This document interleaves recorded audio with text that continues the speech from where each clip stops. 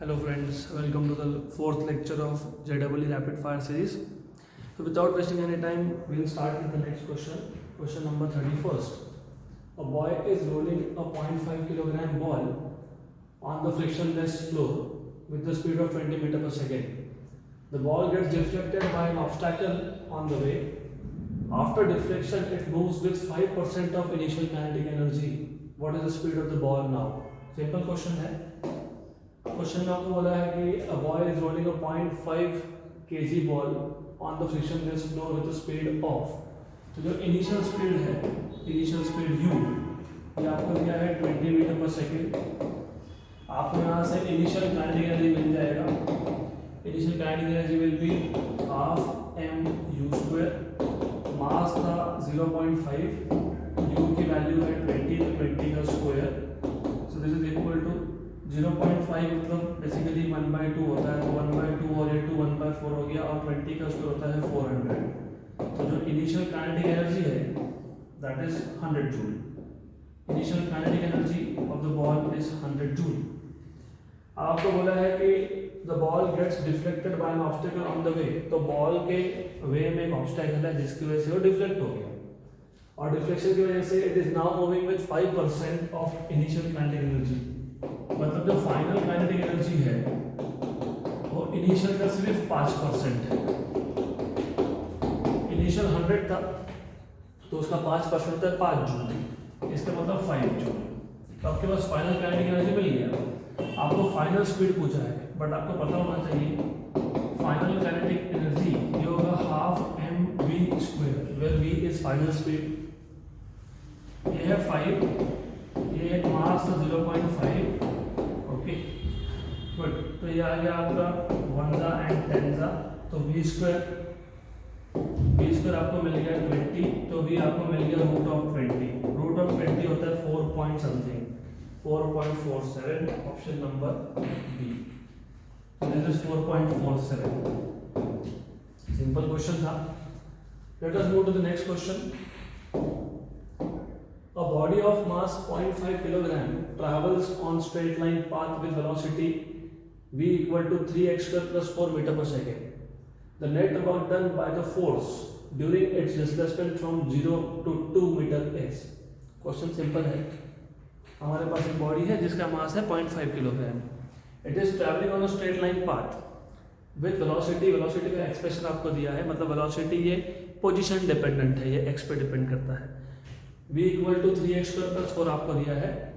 आपको बोला है net work done by the force during the displacement from x equal to 0 to x equal to 2 meter s. ये भी simple question है. तो what you should know is work done is equal to change in kinetic energy. Work energy principle बोलते हैं इसको. ये हो जाएगा आपका half M V square final kinetic energy minus half M U square initial kinetic energy. तो half M V square minus U square. ठीक है. अभी आपको वी और यू फाइंड करना है. How do you find out V and U? आपको पता है वी मतलब वी फाइनल. तो एक काम करता हूं, मैं नोटेशन चेंज कर लेता हूं. इसको मैं फाइनल वेलोसिटी बोल देता हूं वी एफ. इसको मैं बोल देता हूं we I initial.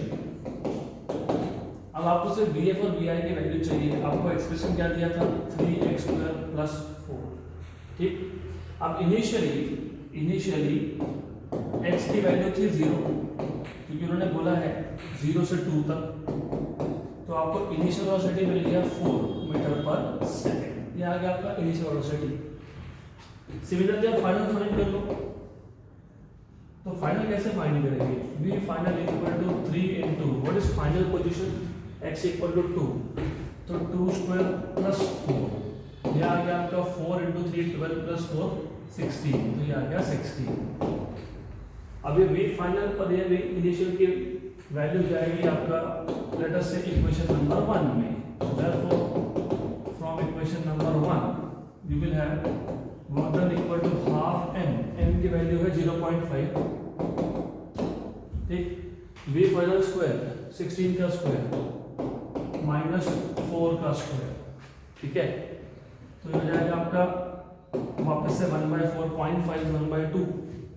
Sorry for this 16 square आता है आपका 256 minus 16, 256 minus 16 is 240, 240 by 4 is 60, तो हो जाएगा 60 जूल, ऑप्शन नंबर बी। अगला question, a satellite is revolving in a circular orbit at a height h from the earth surface। एक satellite है जो अर्थ के सरफेस से h हाइट पे रिवॉल्व कर रहा है, such that height is very very less than radius where r is the radius of earth, assuming that the effect of earth's atmosphere can be neglected। अर्थ का atmosphere का effect neglect करने का मतलब होता है कि सैटेलाइट जब मूव हो रहा है तो क्योंकि वो अर्थ के एटमॉस्फेयर से मूव हो रहा है तो फ्रिक्शन होगा, उस फ्रिक्शन को निगलेक्ट करना है, ऐसा उसका मतलब होता है। The minimum increase in the speed required so that the satellite could escape from gravitational field of earth is. अच्छा क्वेश्चन है, सिंपल क्वेश्चन है, ये क्वेश्चन आप ट्रिक से भी सॉल्व कर सकते हो।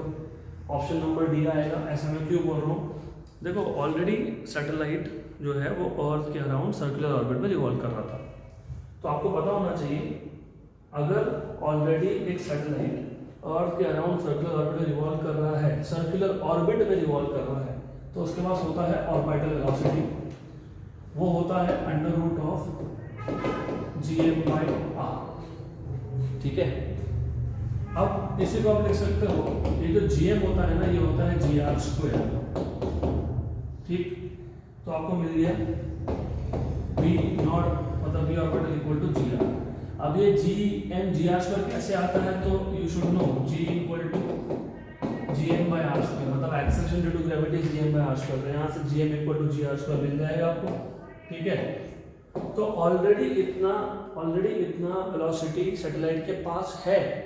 अब उन्होंने बोला है कि what is the minimum increase in the speed, मतलब कितना वेलोसिटी बढ़ाना पड़ेगा सो दैट इट एस्केप्स। आपको पता होना चाहिए कि एस्केप करवाने के लिए वेलोसिटी लगता है अंडर रूट ऑफ 2gm/r। ठीक है, ये है ऑर्बिटल, मतलब जब सैटेलाइट सर्कुलर मोशन परफॉर्म कर रहा है। ये है एस्केप, मतलब अगर मुझे उस सैटेलाइट को और के ग्रेविटेशनल फील्ड से एस्केप करवाना है तो इतना स्पीड चाहिए, मतलब बेसिकली एस्केप वेलोसिटी होना चाहिए under root of 2 under root of gm/r। ये अंडर रूट ऑफ gm/r क्या था, क्रिटिकल था, क्रिटिकल मतलब ऑर्बिटल था, तो ये हो जाएगा under root of 2 into orbital. तो एस्केप करने के लिए ये चाहिए, इतना होना चाहिए, और है कितना vo, तो फिर कितना बढ़ाना पड़ेगा, जितना चाहिए और जितना है इन दोनों का डिफरेंस।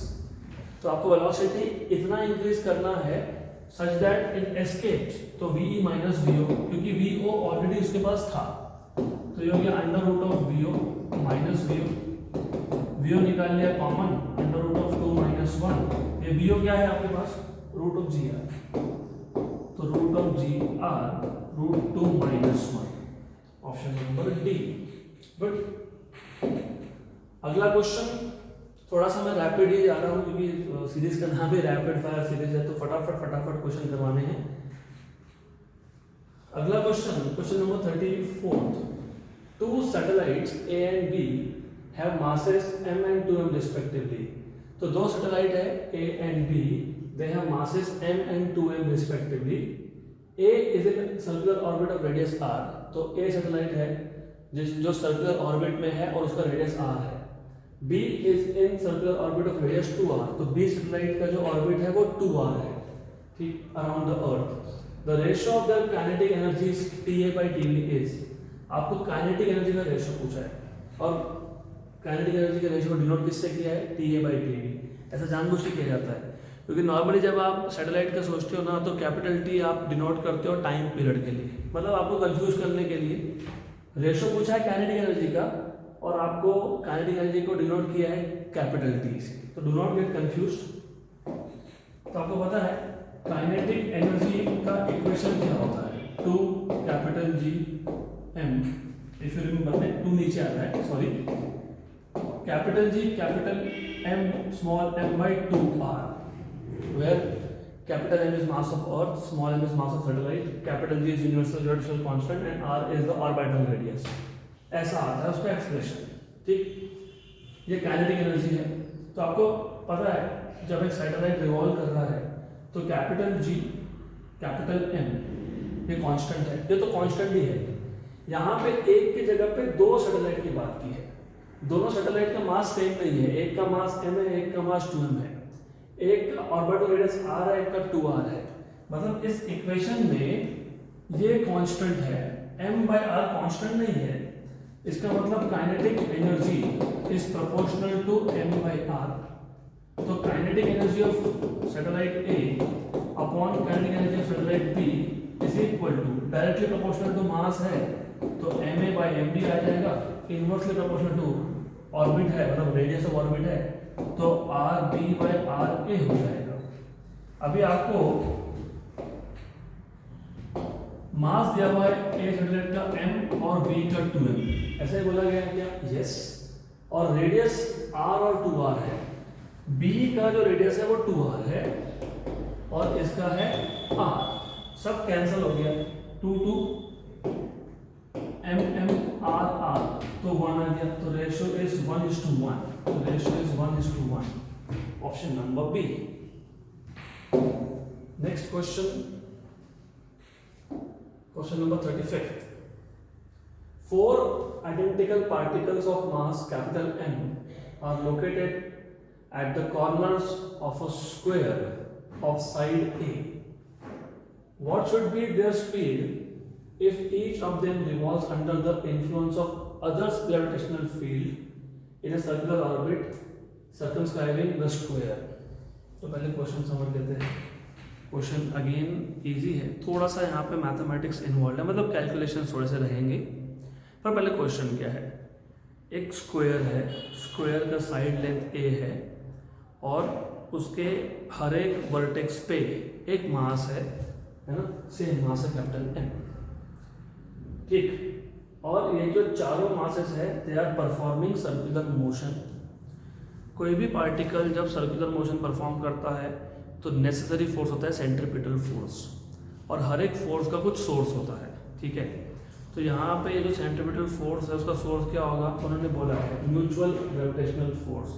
मतलब बेसिकली क्या है कि अगर मैं एक सिंगल मास की बात करूँ तो जो सिंगल मास सर्कुलर मोशन परफॉर्म कर रहा है, तो वो जो सिंगल मास को सर्कुलर मोशन परफॉर्म करने के लिए जो सेंट्रीपिटल फोर्स चाहिए वो कहाँ से आया, बाकी तीन मासेस के ग्रेविटेशनल फोर्स की वजह से आया, ठीक है। तो this is the idea behind this question. तो देखिए सॉल्व कैसे करते हैं इसको। तो ऐसा है दैट वी हैव, सॉरी, तो what we have is something like this,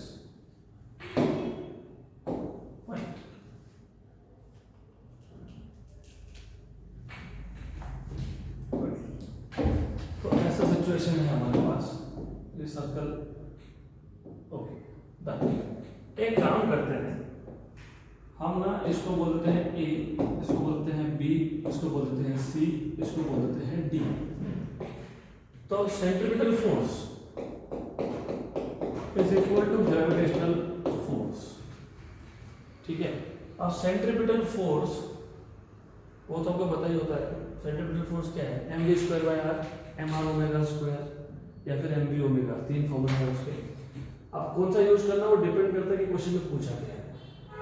आपको पूछा है स्पीड, ठीक है, स्पीड पूछा है, तो मैं काम करता हूँ, मैं सेंट्रीपिटल फोर्स और ग्रेविटेशनल फोर्स दोनों निकाल लेता हूँ। पहले निकाल लेते हैं ग्रेविटेशनल फोर्स।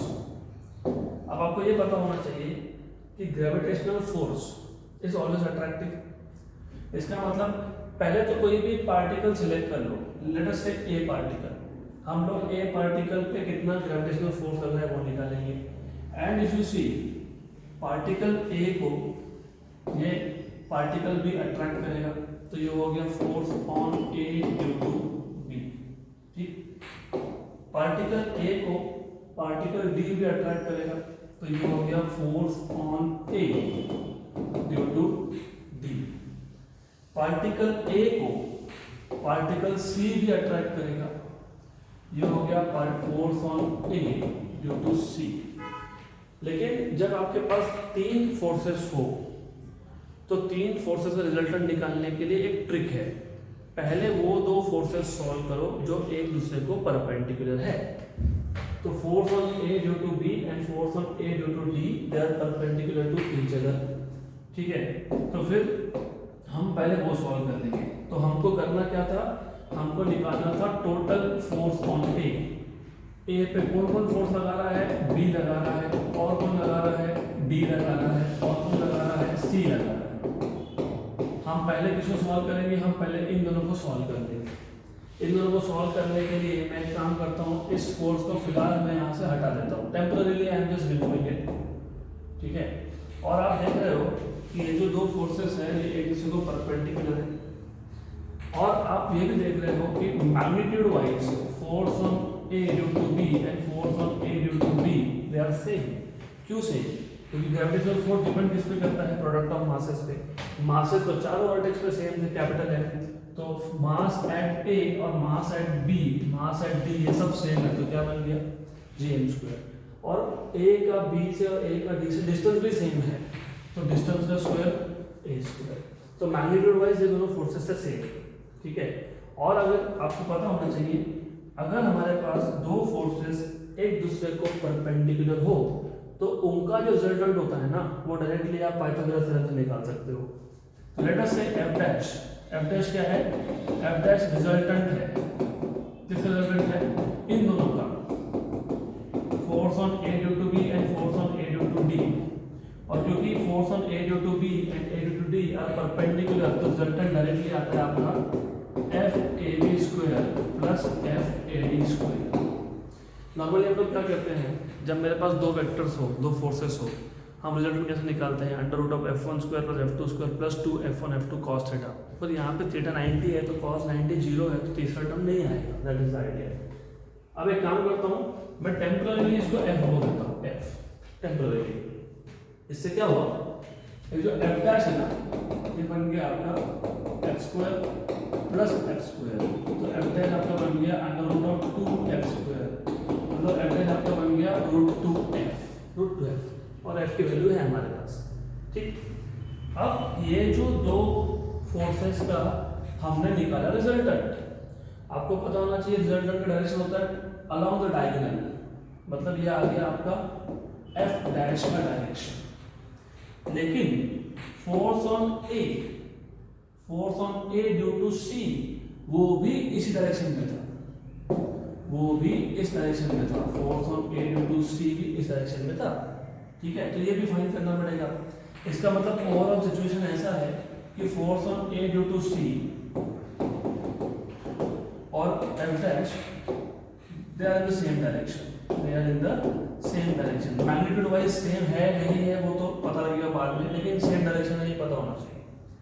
तो जो फाइनल रिजल्टेंट फोर्स है वो हो जाएगा f dash plus FAC। Directly add क्यों किया, क्योंकि दोनों का डायरेक्शन सेम है। जब दो वेक्टर्स का डायरेक्शन सेम हो तो रिजल्टेंट का मैग्नीट्यूड डायरेक्टली एडिशन ही आता है, इसके लिए। इसमें से मुझे f डैश का पता है, मुझे FAC नहीं पता, तो मैं FAC निकाल लूंगा। What is gravitational force G, m1 m2, m1 mass at A, m2 mass at C, same था। ठीक, डिवाइडेड बाय डिस्टेंस का स्क्वायर। अब डिस्टेंस का स्क्वायर कैसे निकालेंगे, A टू C डिस्टेंस क्या है, अगर आप अच्छे से नोटिस करोगे ना, क्योंकि ये स्क्वायर था, तो A से C जो है ना, A से C ये स्क्वायर का डायगोनल बन गया। और आपको पता होना चाहिए डायगोनल होता है √2a, तो डिवाइड बाय √2a का स्क्वायर। तो ये आ गया आपका FAC इक्वल टू gm²/2a²। और उसमें से ये जो gm²/a² है, इसी को हमने f बोल के रखा हुआ है, तो ये हो गया force on A due to C equal to ये f/2 बन गया। तो देयरफॉर जो फाइनल रिजल्टेंट आएगा, final resultant force on A, ये क्या है, f dash, what is f dash, √2f plus force on A due to C f/2। तो इसमें से f कॉमन निकाल लो, √2 प्लस 1/2, और f क्या था, gm²/a² आया था, तो √2 प्लस 1/2। या तो ऐसा ऑप्शन दिखेगा या फिर gm²/a² 2√2 प्लस 1/2 ऐसा ऑप्शन में आएगा। तो दोनों ही नहीं आए, ओके ये दोनों ही नहीं आए, तो फिर क्या करेंगे? अब दोनों नहीं आए तो फिर हमको ये वैल्यूज कैलकुलेट करनी पड़ेगी। दिस नो ऑप्शन, तो आपको एक कैलकुलेट करना पड़ेगा वैल्यू इसका, तो वैल्यू निकालना पड़ेगा, तो वैल्यू निकाल लेते हैं। अच्छा ठीक, हाँ ओके। वैसे बाय द वे हम फाइनेंस के तक आए ही नहीं अब, ये तो हमने सिर्फ फाइंड किया ग्रेविटेशनल फोर्स। हमको स्पीड पूछा था, हमको स्पीड पूछा था, स्पीड, ग्रेविटेशनल फोर्स नहीं पूछा है हमको, तो पूछा है स्पीड कितना है, स्पीड, तो हमने फाइंड कर लिया ग्रेविटेशनल फोर्स। अब हमको पता है कि centripetal force is equal to gravitational force, तो ग्रेविटेशनल फोर्स तो हमने निकाल लिया। अब फाइंड करेंगे सेंट्रीपिटल फोर्स, वो क्या होता है, क्या होता है वो mv²/r होता है, mv²/r होता है। अगर r is radius of the circle, ये भी इंपॉर्टेंट चीज है, radius of the circle, radius of the circle. तो अगर आप नोटिस कर रहे हो ना, रेडियस ऑफ सर्कल मतलब यहाँ से यहाँ तक का डिस्टेंस, मतलब AC का हाफ, AC कितना था, √2a था, तो उसका हाफ कितना होगा, √2a/2 आएगा, मतलब a/√2 आएगा।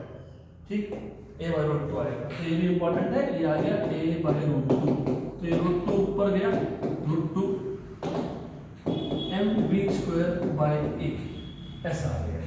ठीक है, यहाँ तक आ गया, ये इक्वेशन नंबर 3 है। अब इक्वेशन नंबर 2 और 3 हम 1 में सब्स्टिट्यूट कर देंगे, तो from equation number 1, 2 and 3 centripetal force is equal to gravitational force. लेकिन सेंट्रीपिटल फोर्स क्या है आपके पास, क्या है, √2 mv²/a equal to gravitational force क्या है, ये पूरा टर्म, ठीक, क्या आया, gm²/a², ऐसा आया, और क्या आया, √2 + 1/2 ऐसा आ गया हो। ठीक, अब इसमें ma एक बार हो गया कैंसिल, हो गया, तो √2 फिलहाल मैं यहाँ रखता हूँ, b² इक्वल टू gm/a बचा, √2 की वैल्यू कितनी होती है, 1.414, व्हाट इज 1/2, 0.5। ठीक, गुड। डिवाइड करना चाहो तो डिवाइड भी कर लो, दैट इज आल्सो ओके। अगर आपको स्टेप्स कम करने हैं तो that is fine, what you could have done is, ये जो √2 है ना, इसको सीधा डिवाइड कर लेते, √2/√2 1 हो गया, प्लस 1/2 √2 हो गया। अब इसको सॉल्व करना सिंपल है, तो v² equal to gm/a 1 plus 1/2 होता है 0.5, 1/√2 होता है 0.7071, क्योंकि ट्रिग्नोमेट्री में बहुत बार आया ना 1/√2, तो 0.7071 होता है, पता होना चाहिए आपको। तो ये हो गया आपका v² equal to gm/a 1 plus 0.5 into 0.7 that is 0.35, that is 0.35, 0.35। ठीक हो गया, तो मिल गया हमको फाइनल आंसर। तो ये आ गया आपके पास v² equal to gm/a into 1.35, fine. इसका रूट ले लेंगे, तो v equal to √gm/a into √1.35, √1.35 1.16 के आसपास आता है, तो 1.16 के आसपास कैसे आता है, 1.1 का स्क्वायर कितना हो गया, 1.21, 1.2 का स्क्वायर कितना हो गया, 1.44। हमारे पास नंबर 1.35 है, दैट इज बिटवीन 1.21 एंड 1.44, तो हमारा जो ये रूट आएगा वो 1.1 से 1.2 के बीच में आएगा। ऑप्शन में एक ही था, 1.16 था, तो 1.16 √gm/a, ये है option number B, option number B. अच्छा क्वेश्चन था, गुड क्वेश्चन। अगला question, the value of action due to gravity is g1 at height h equal to r/2। तो अर्थ के सरफेस से r/2 हाइट पे एक्सेलरेशन ड्यू टू ग्रेविटी की value है g1, ठीक है। It is again equal to g1 at a depth d below the surface of earth. तो below the surface of earth d depth पे भी g की वैल्यू g1 है, तो ratio of d/r equals, simple question है। ये क्वेश्चन में बोला क्या है, आपको बोला है कि अगर आप अर्थ से ऊपर जा रहे हो r/2 हाइट पे तो g की वैल्यू है g1, और अगर आप डेप्थ में जा रहे हो d पे तो भी g की वैल्यू है g1, तो फिर d/r का रेशियो बताओ, दैट इज द क्वेश्चन। अच्छा, बिफोर वी गो अहेड, एक छोटा सा चीज़ आपको पता होनी चाहिए। हम जो ये क्वेश्चंस कर रहे हैं इसमें से 99% PYQ है, सिर्फ 1% के आसपास कुछ चैप्टर ऐसे हैं जिसमें JEE के ज़्यादा PYQ नहीं थे, तो फिर मैंने उसमें से कुछ क्वेश्चंस NCERT की बुक में से लिए हैं यहाँ पे। So let us go ahead. तो ये आ गया आपका बेसिकली G1, ये वैल्यू है हाइट पे, और G1 यही वैल्यू है डेप्थ पे। आपको पता होना चाहिए जब आप ये बोलते हो कि हाइट पे, और हाइट कितना है r/2, ये छोटा हाइट नहीं है, ये दिस इज लार्ज हाइट। तो उस हाइट पे क्या लिखते हो, r/r+h² इंटू जी।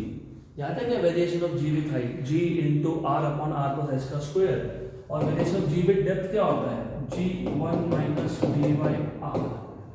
तो इसमें से g और g हो गया कैंसिल, तो r/r+h, r+h, लेकिन h क्या है, h इज r/2। इसका क्या करेंगे, इसका करेंगे स्क्वायर, 1 माइनस d/r। ठीक, इसको सॉल्व कर लो, जस्ट सॉल्व दिस थिंग, मिल जाएगा आंसर। तो ये हो गया r, नीचे हो गया 3r/2, ये हो गया r, नीचे हो गया 3r/2, इसका है square equal to 1 minus d/r। ठीक है, r कैंसिल हो गया, r कैंसिल हो गया, तो ये आ गया ऊपर गया 2 का स्क्वायर बन गया 4, 3 का स्क्वायर आ गया 9 equal to 1 minus d/r। d/r को यहाँ पे लेके आओ, 4/9 को वहाँ लेके जाओ, 9 माइनस 4 इज 5। स्फेरिकल बॉडीज, हमारे पास दो स्फेरिकल बॉडीज है, 2 spherical bodies of mass m1 and m2। m1 एक का मास है, m2 दूसरा मास है, रेडियस एक का 1 मीटर है, दूसरे का 2 मीटर है। ठीक है, the gravitational field of the two bodies with the radial distance from centre is shown below. तो ये जो दो मासेस थे, इन दो मासेस का ग्रेविटेशनल फील्ड का value as a function of distance, radial distance, वो दिया गया है। और आपको पूछा है what is the ratio of m1/m2। तो first of all what you should know is, आपको पता होना चाहिए कि जैसे इलेक्ट्रिक फील्ड इंटेंसिटी होता है kq/r², वैसे ही ग्रेविटेशनल फील्ड इंटेंसिटी होता है gm/r²। हमको जो ग्राफ दिया गया था वो ग्राफ था ऐसा, यहाँ पे था रेडियल डिस्टेंस और यहाँ पे था ग्रेविटेशनल फील्ड इंटेंसिटी, और पहले मास और दूसरे मास का दोनों का दिया गया है। रिमेंबर एक्चुअली यहाँ पे ग्राफ थोड़ा गलत है, ये ग्राफ थोड़ा सा गलत है, इस ग्राफ को करेक्ट करने की जरूरत है, तो हम इस ग्राफ को पहले करेक्ट करेंगे। तो जो ग्राफ मैं ड्रॉ कर रहा हूँ वो थोड़ा सा अलग होगा। यहाँ पे ये 1 वैल्यू हो गई, ये 2 हो गई, ये 3 है, ये 4 है, दिस इज 1 2 3 एंड 4। तो अगर आप देख रहे हो यहाँ पे आपको क्या दिख रहा है, यहाँ पे दिख रहा है आपको कि डिस्टेंस 1 से थोड़ा सा छोटा है, और जो वैल्यू है ग्रेविटेशनल इंटेंसिटी के वो 1 और 2 के बीच में है। दिस इज रॉन्ग, ऐसा नहीं आएगा वो ग्राफ। वो ग्राफ एक्चुअली ऐसा है, एक्चुअली ऐसा ग्राफ है, 1 मीटर डिस्टेंस पे जो वैल्यू है वो है 2, ऐसा करेक्ट ग्राफ है ये, दिस इज करेक्शन। और फिर ऐसा जा रहा है, ये पहले ऑब्जेक्ट का हो गया आपका ग्रेविटेशनल फील्ड वर्सेस डिस्टेंस का ग्राफ।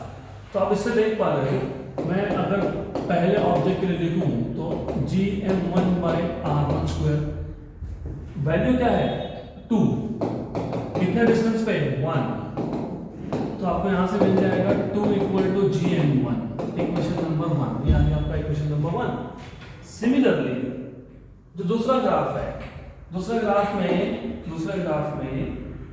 2 डिस्टेंस पे वैल्यू है 3, तो 2 डिस्टेंस पे वैल्यू है 3, वो ऐसा ग्राफ है आपका, 2 डिस्टेंस पे वैल्यू है 3, ये सेकेंड मास का इंटेंसिटी का ग्राफ है। तो उसके लिए क्या लिखेंगे हम लोग, I2 इक्वल टू gm2/r²।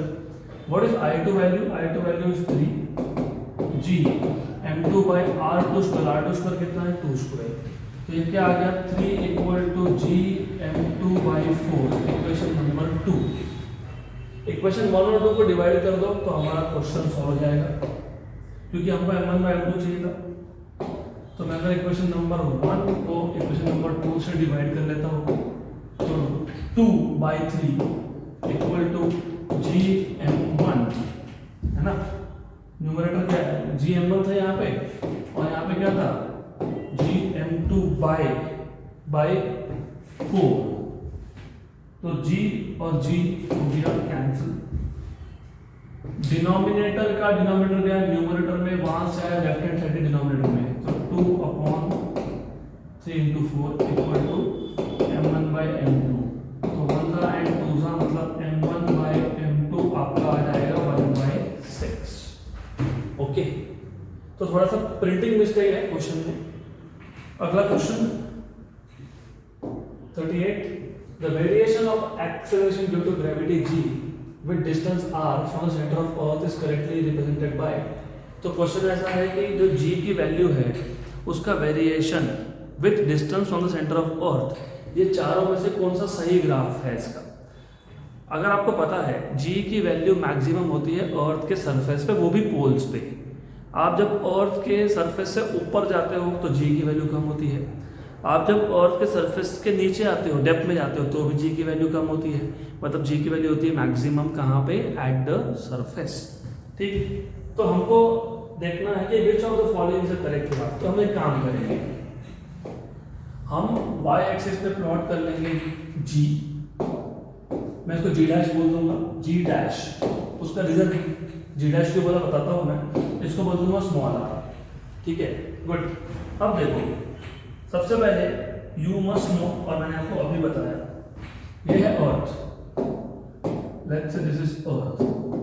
ठीक, हम डिस्टेंस मेजर कर रहे हैं सेंटर ऑफ अर्थ से, हम लोग डिस्टेंस मेजर कर रहे हैं सेंटर ऑफ अर्थ से, तो we are measuring the distance from centre of earth. तो ये आ गया आपका small r equal to capital R, radius of earth. मैंने आपको अभी बताया कि g की वैल्यू मैक्सिमम होती है अर्थ के सरफेस पे, अर्थ से नीचे आओगे तो कम होगा, अर्थ के ऊपर जाओगे तो कम होगा। तो मैं एक काम करता हूँ, मैं यहाँ पे लाइन ड्रॉ कर लेता हूँ। ये लाइन किसको करस्पॉन्ड करता है, ये लाइन करस्पॉन्ड करता है small r equal to capital R को। मतलब object is right at the surface, तो g की वैल्यू मैक्सिमम होगी इस पॉइंट पे। जब हम लोग अर्थ के नीचे जाएंगे, डेप्थ में जाएंगे, मतलब r की वैल्यू, स्मॉल r की वैल्यू रेडियस ऑफ अर्थ से कम होगी। मतलब इस लाइन के लेफ्ट में हो जाएगा आपका डेप्थ का पार्ट, और जब हम अर्थ के सरफेस के ऊपर जाएंगे तो जो स्मॉल r की वैल्यू है वो कैपिटल R से ज्यादा होगी। मतलब ये हो जाएगा आपका हाइट, मतलब अल्टीट्यूड का पार्ट। ठीक है, गुड। अब देखो, आपको ये क्वेश्चन को अच्छे से समझने के लिए या इसको सॉल्व करने के लिए आपको मैथमेटिक्स आना चाहिए। अब ऐसा है, अगर आपको याद होगा, मैं इसको दो केस में डिवाइड कर लेता हूँ। केस वन हम लोग बोलते हैं डेप्थ का केस है, और केस टू हम बोलते हैं अल्टीट्यूड का केस है। अगर आपको याद होगा, variation in the value of g with depth ये होता है, इफ यू रिमेंबर, ये होता है g1 - d/r। अब ऐसा है कि मैं ना ये जो gd है इसको मैं बोल रहा हूँ g डैश, तो ये आ जाएगा g dash equal to g r minus d/r। अब ये r माइनस d क्या है, सपोज मैं एक पॉइंट पे हूं जो अर्थ के अंदर है, डेप्थ पे है। डेप्थ कितना है इसका d, ये अर्थ के सेंटर से अर्थ के सरफेस तक डिस्टेंस कितना था, कैपिटल R। तो ये बचा हुआ डिस्टेंस कितना हो गया, r माइनस d। इसको मैं डिनोट करूंगा स्मॉल r से। किससे डिनोट करूंगा, स्मॉल r से। किससे डिनोट करूंगा, स्मॉल r से। तो ये हो गया आपका g dash equal to g, r minus d क्या है, स्मॉल r है। मतलब अभी हम लोग क्या करते हैं ना कि कोई भी पॉइंट हो उसका डिस्टेंस स्मॉल r से ही डिनोट करते हैं, अपॉन कैपिटल R। मैं इसको ऐसा लिख लूं, g dash equal to g/r small r। अब ऐसा क्यों लिखा, क्योंकि ये मेरा बन गया y एक्सिस, मैंने y एक्सिस पे g डैश रखा है। ठीक, ये हमारा बन गया x एक्सिस, क्योंकि हमने r को x एक्सिस पे रखा है। फिर ये कौन है, ये बन जाएगा स्लोप, तो y equal to mx form आ गया। y equal to mx form मतलब क्या होता है, straight line passing through origin. मतलब डेप्थ में ग्राफ का नेचर है स्ट्रेट लाइन, ग्राफ का नेचर है स्ट्रेट लाइन।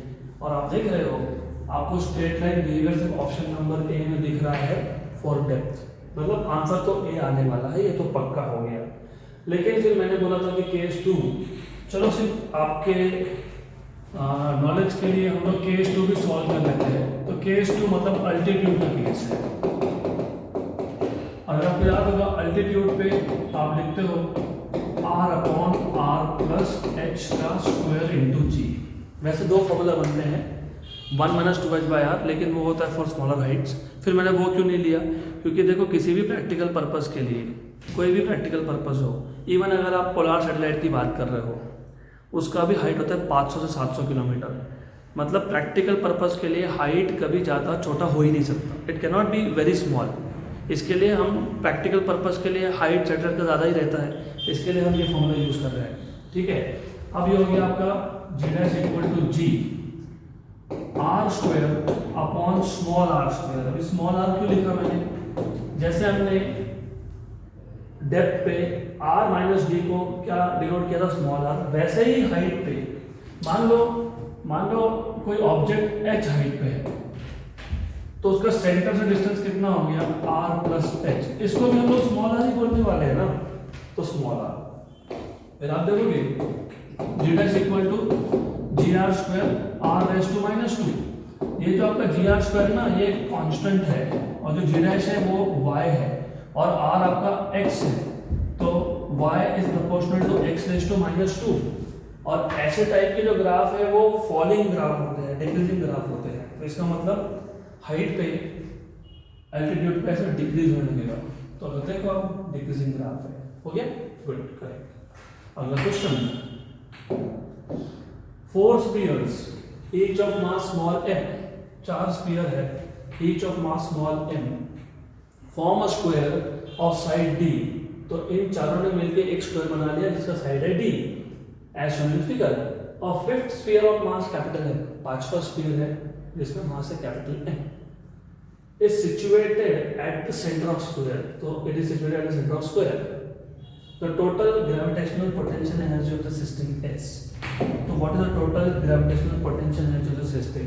थोड़ा लंबा क्वेश्चन आएगा, इसके एक से ज़्यादा मेथड सॉल्व करने के लिए इसको मैं 1 बोलता हूँ, इसको मैं 2 बोलता हूँ, इसको मैं 3 बोलता हूँ, इसको मैं 4 बोलता हूँ, ठीक है, गुड। 1 से 2 का डिस्टेंस है d, 2 से 3 का डिस्टेंस है d, 3 से 4 का डिस्टेंस है d, 1 से 4 का डिस्टेंस है d, गुड। 1 से 3 का डिस्टेंस है √2d, 2 से 4 का डिस्टेंस है √2d, और ये सेंटर पे जो मास है 5 नंबर है। 5th का डिस्टेंस 1 2 3 4 सबसे है √2d/2, मतलब d/√2, ऐसा d/√2 ऐसा आएगा, ठीक है, गुड, करेक्ट। यहाँ तक क्लियर। देन आपको पता होना चाहिए ग्रेविटेशनल पोटेंशियल एनर्जी सबसे पहले नेगेटिव होता है। ग्रेविटेशनल पोटेंशियल एनर्जी ये आता है आपका -g। आपके पास टोटल 5 मासेस है, 1 2 3 4 5।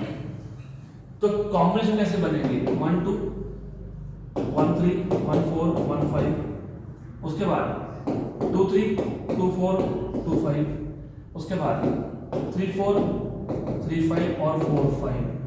मतलब 1 2 3 4 5 6 7 8 9 10 टर्म्स आने वाले हैं टोटल। उसको कंबाइन करके फिर जितने भी टर्म्स बनेंगे उतने, तो ठीक है। अभी देखते हैं कि करना कैसे है सॉल्व फिर इसको।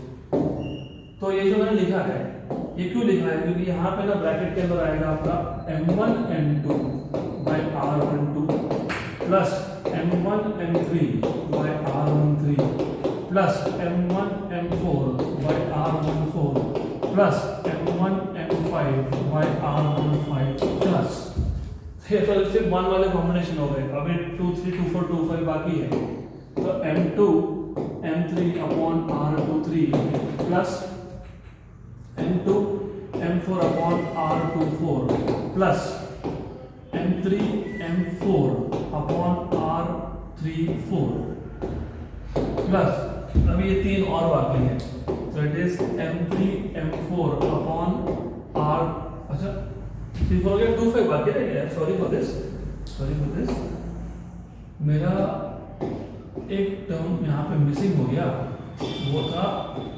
m2 m5 r25, ठीक है, अभी ठीक है, okay, plus m3 m5 r35 और finally plus m4 m5 upon r45। तो होगा टोटल 10 टर्म्स, यस। अभी अगर आप देखोगे सबसे पहले जहाँ जहाँ पे ना 1 2 3 4 मतलब M1 M2 M1 M3 M1 M4 ये सारे कॉम्बिनेशन है, M1 M2 M3 M4 ये सारे सेम मासेस थे, सिर्फ जो फिफ्थ मास था वो कैपिटल M था।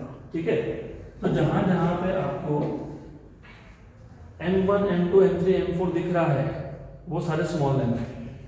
ये small m into small m m square m square m square m square m square m square और ये भी आपका नहीं, ये 5 है तो ये नहीं, ये भी नहीं। ठीक है, करेक्ट, गुड।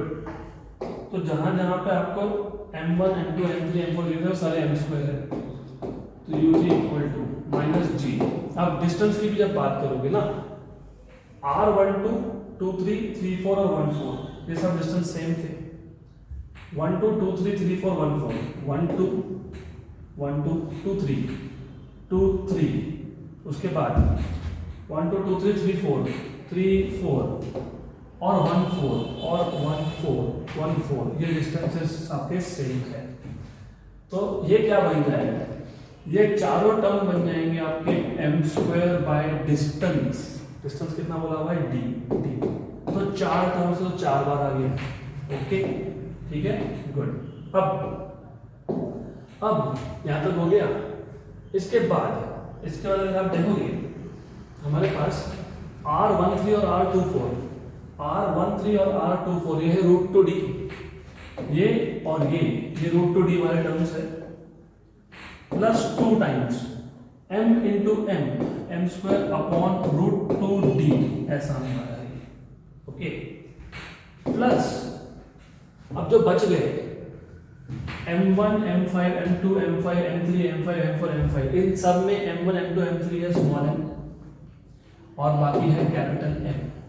ठीक है, और ये सारे डिस्टेंसेस सेम है, कितने हैं, d/√2 है, कितने हैं, d/√2 है, d/√2 है। ये जो डिस्टेंस था ये और ये सारे d/√2 थे, और ये टर्म्स कितने हैं टोटल, 4 टर्म्स है। कितने टोटल टर्म्स, 4 टर्म्स है। हो गया बराबर। अब इसमें से जो कॉमन निकलता है सब निकाल लो कॉमन, और एक बार ऑप्शन देख लो पहले। ठीक है ना, सब में m सब में से m बाहर निकाला गया है, सब में से d भी बाहर निकाला गया है, तो क्या आएगा, -gm/d। तो आपने यहाँ से अच्छा 2 भी निकल सकता है बाहर, 2 भी निकल सकता है, पर ठीक है निकाला नहीं है तो हम लोग भी वैसे रख देंगे, they are not taking down. ठीक है, लेट अस कीप इट। हो गया, यहाँ से आपका एक m बाहर गया, एक d बाहर गया, एक m बाहर गया, एक d बाहर गया, तो क्या बचा 4m, तो क्या बचा 4m प्लस यहाँ से आपका एक m और एक d बाहर गया और 2/√2 इज √2, तो √2m बच गया, √2m बच गया। यहाँ से 4√2 m और d गया बाहर, तो कैपिटल M, ये कैपिटल M है। ठीक हो गया, गुड। तो -gm/d। अब अगर आप ऑप्शन देखोगे तो हो गया क्वेश्चन सॉल्व हमारा। इन दोनों में से हम लोग 4 और √2 को निकाल लेते हैं, सॉरी m को निकाल लेते हैं कॉमन, तो 4 + √2 हो जाता है, प्लस 4√2 कैपिटल है। देखो option number 1 -gm/d 4 + √2m plus 4√2, option number 1। This is how you are supposed to solve this question. अच्छा क्वेश्चन था, बढ़िया क्वेश्चन था। अगला क्वेश्चन, ये क्वेश्चन एक्चुअली सिंपल है, इसका ट्रिक भी बनता है, पर ठीक है चलो अब जैसा क्वेश्चन दिया है मैं वैसे ही सॉल्व कर लूंगा, लेकिन ट्रिक बनाने के लिए मुझे क्वेश्चन मॉडिफाई करना पड़ेगा। A body of mass m is taken from earth surface to a height equal to twice the radius of earth. एक बॉडी है, मास m है, सब मास है उसको अर्थ के सरफेस से हम कहां लेके गए, एट सम हाइट, और वो हाइट कितना था, twice the radius of earth, 2r। The increase in potential energy will be, तो इस केस में पोटेंशियल एनर्जी में इंक्रीज कितना हुआ, ऐसा क्वेश्चन है। ठीक, इस टाइप के क्वेश्चन का ट्रिक बनता है, जिनको वो ट्रिक चाहिए होगा प्लीज राइट मी कमेंट, मैं एक शॉर्ट बना के उसका अपलोड कर दूंगा। तो ऐसा था कि पहले बॉडी था यहाँ, पहला बॉडी था यहाँ पे, ठीक है, तो इनिशियल डिस्टेंस था r, फिर इस बॉडी को आप लेके चले गए at a height of 2r, at a height of 2r। तो ये हाइट आ गया आपका h इक्वल टू 2r। तो जो फाइनल डिस्टेंस था वो बन गया आपका h प्लस r, और h कितना है 2r, तो 2r प्लस r, तो ये हो गया 3r, ये हो गया फाइनल। तो आपको बोला है कि ये प्रोसेस में मतलब A पॉइंट से B पॉइंट तक लेके जाने में पोटेंशियल एनर्जी में कितना चेंज हुआ, इंक्रीज कितना हुआ। तो increase in potential energy is final potential energy minus initial potential energy. ठीक है, आपको पता है पोटेंशियल एनर्जी क्या होता है, minus G m1 that is mass of earth, m2 that is mass of object upon distance. ये है पोटेंशियल एनर्जी का फॉर्मूला। तो मैं अगर फाइनल लिख रहा हूँ तो मैं यहाँ फाइनल लिख रहा हूँ, अगर मैं इनिशियल की बात कर रहा हूँ तो मैं यहाँ पे इनिशियल लिख रहा हूँ। ओके, ये सब्स्टिट्यूट कर देंगे, जस्ट सब्स्टिट्यूट दिस देयर, तो what you will get is delta U equal to minus G, क्योंकि final upon R final, minus minus plus upon R initial. ठीक है, अब इसमें से जो कॉमन निकलता है निकाल लो। तो डेल्टा यू क्या आ गया, G capital M small M common आ गया, minus 1 by R final plus 1 by are initial. तो डेल्टा यू इक्वल टू, अगर आपको याद होगा ये जो कैपिटल जी एम है ना, ये होता है जी आर स्क्वायर, हमने अभी यूज किया, into m. 1 by are initial, r initial था कैपिटल आर फाइनल था 3r। तो g r square small m, इसमें से आर भी निकल लिया आपका कॉमन, क्या बचा 1 माइनस 1/3, तो एक आर और एक आर हो गया कैंसिल, ये हो गया आपका एम जी आर, 1 माइनस 1/3 2/3, तो 2/3, तो 2 mgr/3, 2 mgr/3 done. So that is the end of today's session. Please write your comments, अगर कुछ इम्प्रूवमेंट्स की ज़रूरत होगी या whatever you want to suggest, please do write me, it will help me a lot. Thank you, thanks for this spending time with me.